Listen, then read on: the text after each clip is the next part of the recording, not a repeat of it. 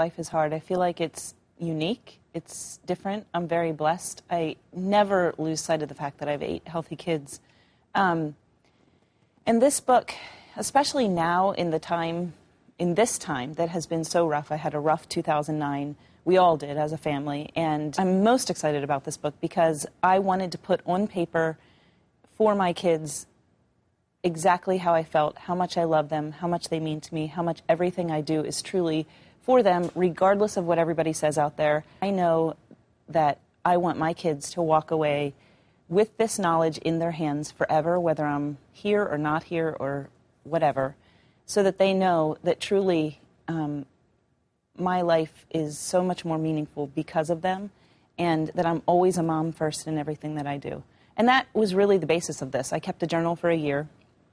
And then you read the letters that were interspersed. Mm-hmm. I was driving one day, and out of the blue, I was like, I really felt like I can't sit and talk to my 5, almost 6-year-olds or my 9, almost 10-year-olds and tell them the things that I want them to know. So I wanted to put it onto paper, and I thought, what a better way than to...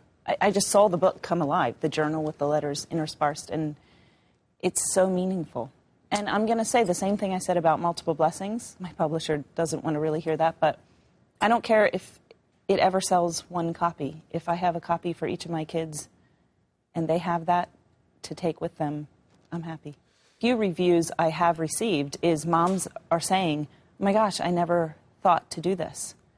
And who do we usually hear about that writes letters to their kids? Moms who are diagnosed with cancer or who have a limited time span left. And it's like, why would we wait?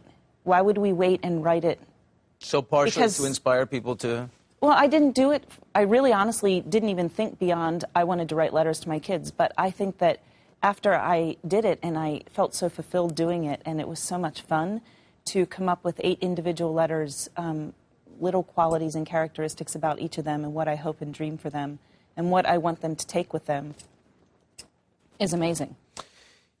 In the letters, certainly the one to Alexis, I know, you touch on the 7th child. You mention the 7th child. There was 7 in there, and now 6. But you don't elaborate much. It's just to mention. What was her name? Well, we still talk about what we would have named her, and the reason I put it in Alexis's letter is because she reminds me often, she, of all my kids, reminds me of our 7th baby. I mean, I only mentioned it once in passing, once or twice here or there over the years, and for whatever reason she grasped onto that, and she still asks. And everyone, we kind of talked about it. And you have to understand, I had my hands full with sextuplets. It's not like I was sitting around, you know, thinking, oh my gosh, like so much about a 7th baby. But one day when they were like 1 or 2, it occurred to me that I was so busy in that moment that was a loss that we suffered, but I didn't spend time maybe grieving or dealing with the fact that there was a 7th baby. Mm-hmm. And to a lot of people that would sound ridiculous because they would say, oh my gosh, you had 6, like 5 more than you were planning on. What are you wasting your time thinking about? But that was a life that was created and